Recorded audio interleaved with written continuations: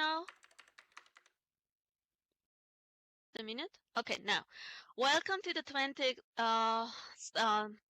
Global Virtual Meeting Gifted Education. I am going to introduce our invited speaker, Professor Gagné, a little. He's our invited speaker tonight, and he's going to talk and give a presentation in this way. I'm very glad to have him here tonight with his avatar, but I would give him the possibility to introduce himself. Professor Gagné, please. Thank you very much, Ms. Klinger. It's quite an experience to be here I will say this afternoon from my perspective, and taking into account that most of the participants are from the United States, if I can see well from what I saw on the signs. So it's a real pleasure to be experiencing this kind of bizarre situation, speaking to people, to avatars. Since I loved the film Avatars 3 years ago, well, it's quite special to be able to speak using myself as an avatar. So, whoop, Professor Haney is up. Okay. He's back. Okay. So, good afternoon to you all, and I will be this afternoon giving you an overview of the DMGT, of the differentiated model of giftedness and talent. And it will last for about 40-45 minutes. So that will leave us at least 15 minutes for discussion, questions, and things like that for the rest of the hour. You are supposed to be able to see the PowerPoint slides that I will be presenting. I imagine that you now have in front of you the main title slide. Is that so? Okay. Yes? Okay, wonderful. So if we go back in time when I began thinking about the DMGT, one thing that was quite clear to me at the time that it was the fact that in the field of gifted education, a few concepts were the most common concepts. It was the terms giftedness, it was the term talent, and it was the term talent development. But if you know a bit of the field, you will know that the most popular among is the term gifted or giftedness.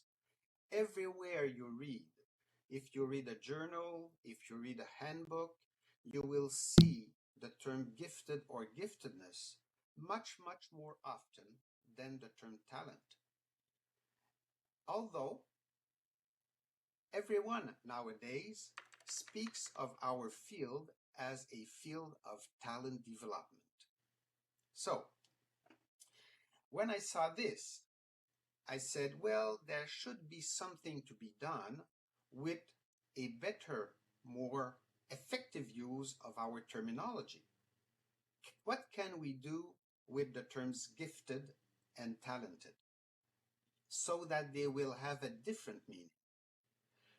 One thing that was very clear also as I was reading in the field was that everyone, I would say not almost everyone, but everyone in the field was acknowledging the fact that when we think about gifted people or talented people, we have in mind at least two different things.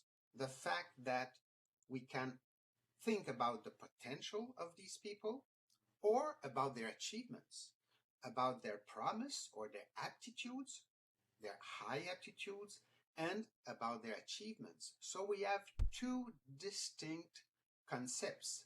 The concept of aptitude, which is the potential, which is something that should appear in young age, can be observable in young children.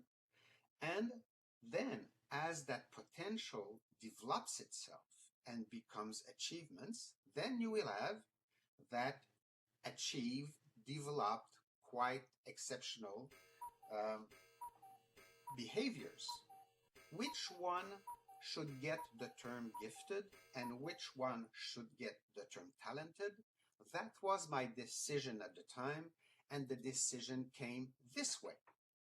As you can see, on the left, I decided to associate the idea of gift or giftedness to the concepts of aptitude as compared to talent, which would become the concept, the idea of achievement. And if you go down the list on the left, you can see terms, words, labels that are related much more to giftedness. And if you look on the right, then you can see terms like achievement, the role of environment, which is more important than heredity, the role of effort, the role of training. All these are associated more closely to the idea of talent. So that slide that you have in front of you is the expression of the uniqueness of the DMGT. I do not know of any other system except those that have been borrowed from the DMGT. I do not know any others that so clearly separate the idea of potential or aptitude from the idea of achievement or performance. Each time I read a chapter in a book or I read a journal article in our field, each time I can observe that most of my colleagues confound the two concepts. They will use the term gifted sometimes to talk about the potential or sometimes to talk about the achievement. They will say, oh, this is a gifted musician, and they are speaking about the achievements, the high level of play of that person. I would myself say, no, I will talk about that person as a talented musician. And then they will talk about the talented athlete. And then they will say, oh, this is the talented athlete. He can learn so easily. Well, when we are talking about ease of learning or speed of learning, we are talking about what makes giftedness so special. So here are the two terms, and this allows us, if you have understood that base, we are ready to go into the full system. This is the DMGT as it stands now. You can see on the left the section reserved for the different types of giftedness. You can see on the right, the green part, all the different forms of talent. And then in the middle, there will be elements or components, I call them components, that help transform these aptitudes on the left into the achievements on the right. This is talent development. For me, talent development is the slow process that we can see at the bottom, the talent development process, the slow process that makes possible the transformation of those natural abilities we have into the complex skills and the complex knowledge that makes a person talented in some field. Okay? Now, let's go in more detail about each of them. First, there is what I call the basic trio. The basic trio is what we saw, the gifts on the left, the developmental process at the bottom, and the talents on the right. This is the basic process. And now, let's define first the concept of giftedness. I believe you can read it very well. It means that giftedness is the possession of outstanding aptitudes. Aptitudes that are well above average, But when I speak about aptitudes, I'm saying they are natural, untrained abilities. Okay? They are not innate. They are abilities that have been progressively developing spontaneously since birth over the first years of life, and they show themselves in many forms, as we will see. You can be gifted in one area, which I call a domain, or you can be gifted in many areas, and we will see that immediately. Let me just try to move ahead. Okay, now, so before we move to the types, these are expressions. If you all speak English well, you can see that these terms are quite common in the day-to-day language of people. They will say, oh, that child is a natural something, or it is God's gift. These are all expressions through which most people will talk about what they mean by being gifted, having this natural ability to learn fast and to learn well. So beyond the popular expressions, then we get to the nature of gifts. You can see on the left that there are 6 forms of giftedness: the intellectual, the creative, the social, the perceptual, and 2 types of motor or physical abilities, the muscular and the motor control. Now, these are many types of giftedness, and within each of the 6 groups or domains, you have many specialties. Just rapidly an example.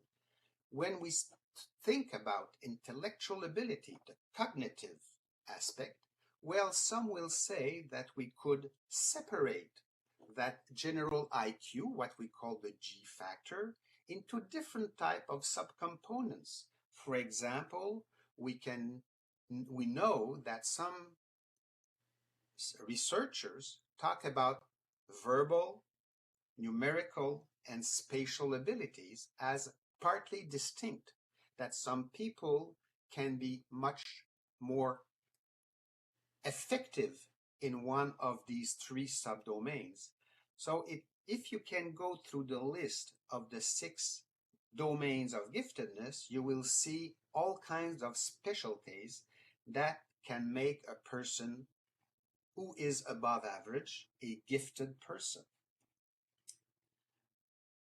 My criterion for using the label gifted is being in the top 10% on a valid measure of that type of ability. Now, all these gifts, all of them, which are described in that figure on the left of the slide, all have significant genetic roots. Well, we won't have time this afternoon to talk about all these genetic components, but if you are interested in knowing more about them, there is a chapter I wrote recently that will describe in much detail the nature of the genetics of intellectual abilities and the nature of the genetics of physical abilities, which are the 2 domains where there has been much more research than the others.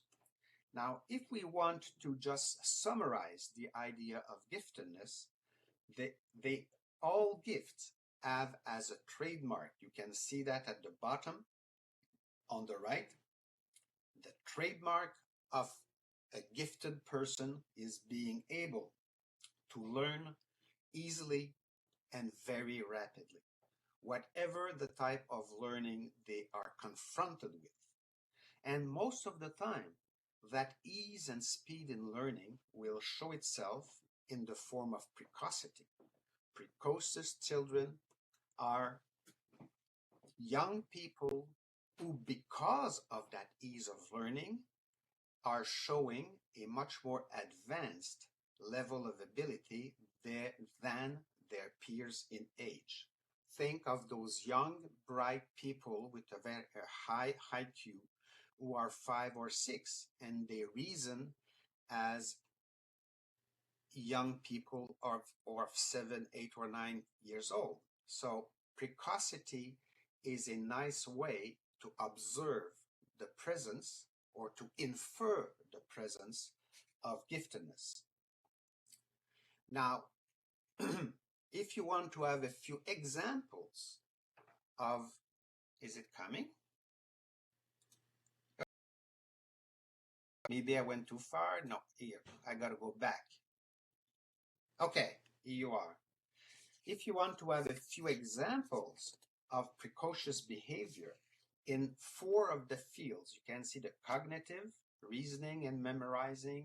You can see the creative, inventing stories or inventing music or solving mechanical problems, the social domain, observing people's traits, salesmanship, persuasion, leadership. These are all abilities that appear in some children at a quite young age. You can observe children who are 5, 6, or 7 years old, and already they can show a form of leadership that their peers will recognize and that adults will recognize. And that type of ability appears without any specific formal training. This is what I mean by the presence of giftedness. Now, if we move ahead, we come to the concept of talent. Talent is an easy concept because talent is just about performance. As you see in the definition, it is the outstanding mastery of systematically developed competencies. Now, competency is a concept quite common in education and also in sports or in arts. Competency is about mastering skills and knowledge in a given field. As you see, I use the term field myself. I use the term field even though many of my colleagues prefer the term domain.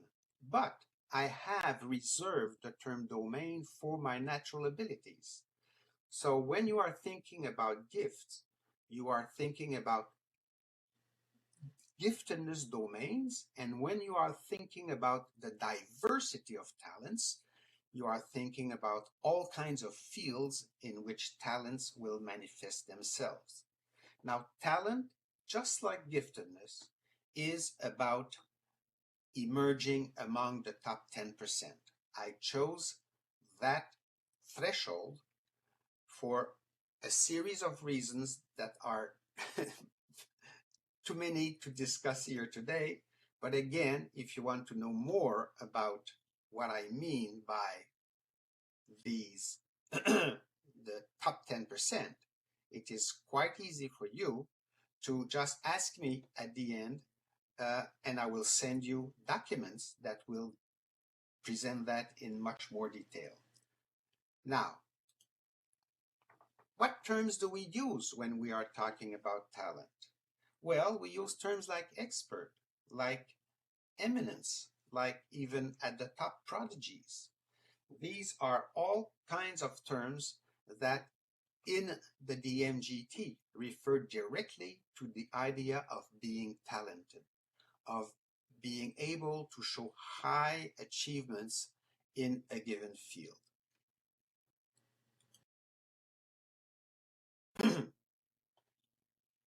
Now you can see on the left the diversity of talents. In fact, in almost any human occupation, you can observe a majority of people who will be competent, a minority of people who will not be very competent. They might be in that bottom 10%. And then you will have that small group of people in the top 10% who will be called the talented individuals. So talent for me is just that excellence or that expertise in the top 10% in a field. As it is explained on the right, then you have this view which is not elitist. You can have talented painters, you can have talented masons, you can have talented nurses, you don't need a Ph.D., you don't need to have written books and things like that to be considered talented in my system. You just need to be in the top 10% in your field of occupation. Or if you are still a student, then in the subject matter or in many subject matters in which you outperform others by being in that top 10%. A last point about talent. At the bottom it says talent is age or training related. What does that mean? It means that you can be very young. You can be in grades 2 or 3 in school, and still, even though you have not reached the top of the expertise, let's say in language or in geography or in mathematics, still, compared to your peers in age who have studied as much as you, they are also in grade 3 or grade 4. If you are achieving in the top 10%, you still are considered talented. You will not be at the same level of a talented student in grade 8 or grade 12, but compared to those who have learned or studied about as much as you have done, if you achieve much better, you are considered talented. Which brings us to that famous 10% I've been speaking about for the last 10 minutes. Now, rapidly, you can see that I've put together a system which I call the MB system of levels. MB means metric based on the metric system. At the bottom, you have this first threshold, the top 10%, which is associated with the label mildly gifted or mildly talented. And then if you take the top 10% of that group, you get to the moderately talented. Now, from 1 out of 10, you are in a group much more selective of 1 out of 100. And then you can go to the next level, highly gifted or talented. And then you get in an area in which you have only 1 person out of 1,000. And then you've got the last 2 levels, exceptionally and extremely, and you get into the stratosphere of giftedness or the stratosphere of talent. So these are 5 levels, and they are very important in terms of showing us that the concept of giftedness is a very differentiated concept.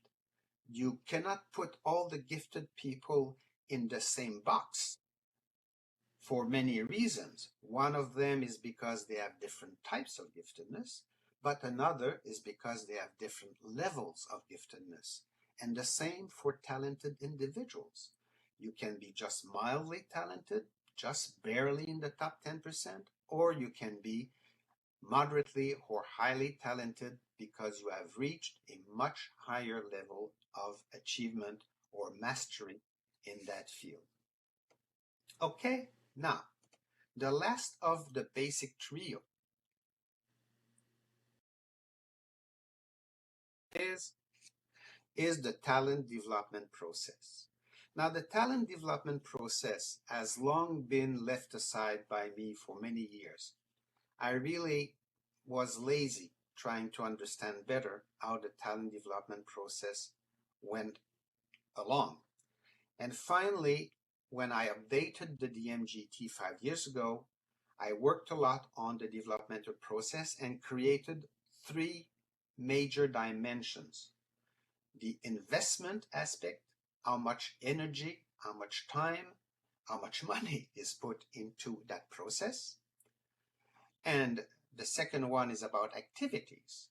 What are you doing to develop your talent? What kind of courses, what kind of training, what kind of practices, what kind of competitions are you doing that will help develop your talent? And the third one is about progress. How fast are you moving ahead as compared to other students or other athletes or other musicians or other artists? So progress, activities, and investment are the major ways of looking at the developmental process. It brought me also to define the developmental process. Here is this definition. I did work quite a lot before finally reaching this point. I'm not even sure yet that it will be my final definition of talent development process, but this is how it stands now. It is the systematic pursuit by talentees. Talentees is a new term I created to describe anyone, any person actively involved in developing their talent, whatever the field. A talentee is someone who is trying to improve his competencies, his skills, his knowledge to the highest level possible. And to be actively involved in talent development, you have to do that for a significant period of time, not a weekend, not just a summer camp, not just an activity here and there. You have to do that for a significant period of time and have access to an enriched program of activities and be interested in goal. Now, from that definition, I created 8 characteristics that are typical of a real talent development process. If you are interested in knowing more about these 8 characteristics, you will have to ask me for a document because this afternoon we don't have to go into more detail about it. We still have a lot to cover just for that basic survey of the DMGT. Now we get to the supporting cast. The supporting cast is those catalysts, intrapersonal catalysts and environmental catalysts. You can now see them in that brownish area in the middle.